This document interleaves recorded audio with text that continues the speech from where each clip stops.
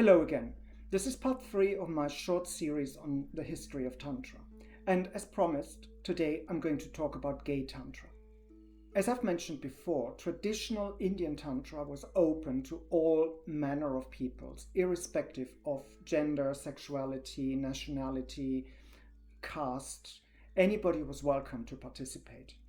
Now, given the cultural context that is different in India in the first millennium and today, there wasn't the same focus on sexuality and understanding of how sacred sexuality or sexuality in Tantra played a role. These days, Tantra is very much associated with sex, whereas in India, sex was a part of a whole package, and it wasn't seen as a goal on its own. It was a means to an end, whereas today it is a means to an end, but it also is perceived as a goal. By its nature, gay sex challenges that perception of sex in Neo-Tantra, especially when it's combined with the traditional image of Tantra being the sacred union of the masculine and the feminine. Traditionally, the sacred union in Tantra is depicted with two figures, a man and a woman, the man sitting usually cross-legged and the woman sitting on his lap, which is originally a depiction of two deities representing masculine and feminine, not necessarily man and woman. The secondary thing is that the male figure is usually perceived as the practitioner, whereas the female figure is perceived as the consort, especially in today's cultural context. Looking back at India, that wasn't necessarily the case. The male figure was representing the masculine aspect, whereas the female figure was representing the feminine aspect. That doesn't mean they represent a man and a woman. This often gets mixed up, especially looking from our modern Neo-Tantra perspective. And that also leads to one particular troublesome thing. Whenever there are workshops or schools of Tantra, they are usually meant for heterosexual couples. And while those Tantra schools aren't necessarily closed to two women or two men participating in the rituals and in the classes, the nature of the class and the heteronormative vocabulary makes it very difficult to participate as a same-sex couple.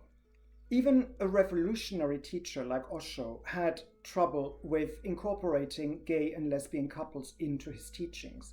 So he kind of wobbled between, yes, it's okay to have two same-sex partners in a ritual, and it's not okay, depending on the period of his life and the time of his teaching.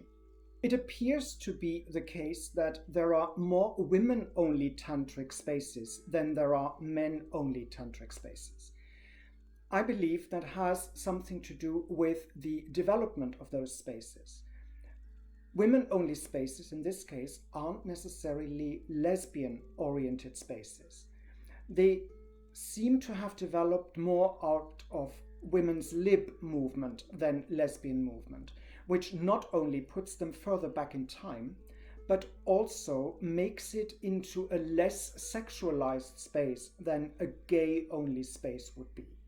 Now, that doesn't take away that there are men-only tantric spaces that aren't necessarily sexually oriented, but in the big scheme of things, most men-only tantric spaces tend to be gay spaces.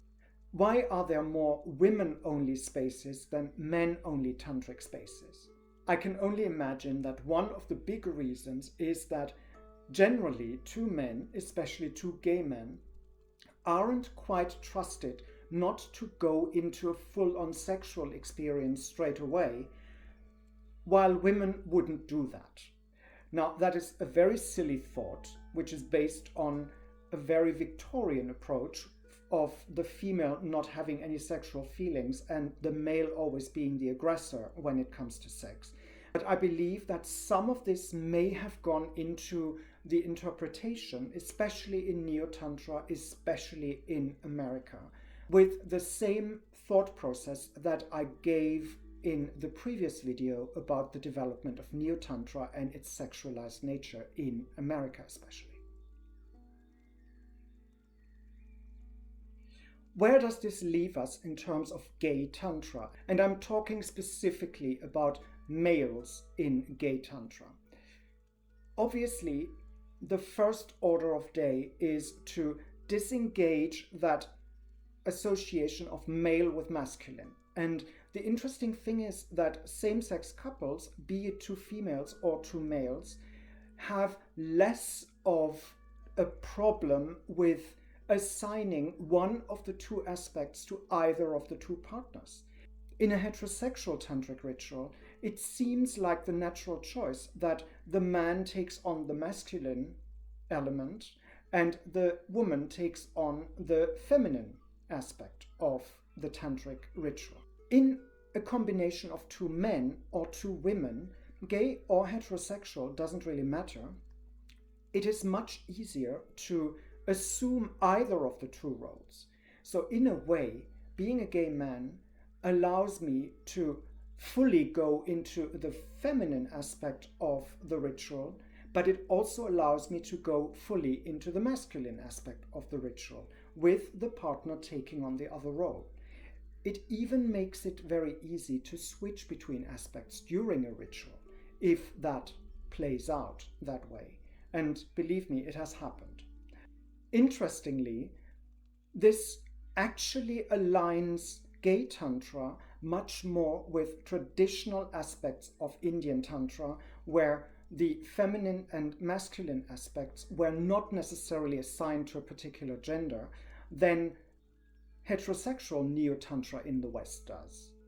To some degree, that fluid aspect of masculine and feminine energies also takes away the sexualized nature of the ritual, because from its outset it doesn't necessarily look at genitals, but it looks at the way the energy flows, the way certain energies are aligned between the two partners.